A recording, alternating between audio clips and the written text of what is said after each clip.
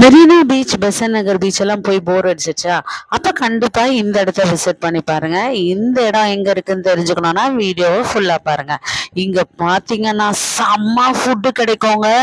சுட சுட மீன் வறுத்தது, கடமா வறுத்தது, இலி பூச்சின்னு சொல்றாங்களா அது, அதுக்கப்புறம் எறா வறுத்தது, இந்த மாதிரி எல்லாமே சுட சுட ஃப்ரெஷ்ஷா கிடைக்கும்.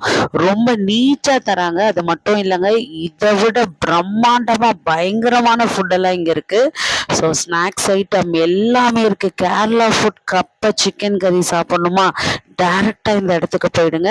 அது மட்டும் இல்லை, நிறைய ஸ்நாக்ஸ் வாஃபல்ஸ்லேருந்து அப்புறம் இந்த கேஎஃப்சி சிக்கன்லாம் தோற்று போயிடுவாங்க. அதை விட சூப்பரான ஃப்ரைஸ் எல்லாம் இங்கே இருக்குது. இங்கே நான் ஒரு ப்ரான் சாப்பிட்ருந்தேன், அவ்வளோ சூப்பராக இருந்தது.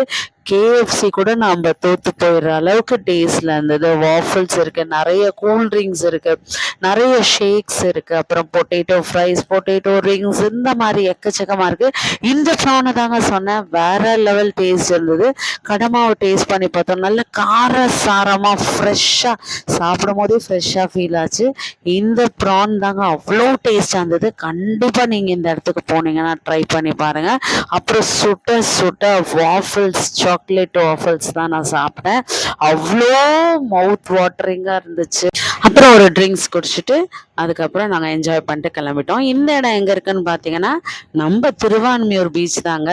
கண்டிப்பாக போய் விசிட் பண்ணி பாருங்கள், ஒரு சேஞ்சாக இருக்கும், உங்களுக்கே ரொம்ப பிடிக்கும். ஸோ இந்த வீடியோ பிடிச்சிருந்தா லைக் பண்ணுங்கள். பாய்.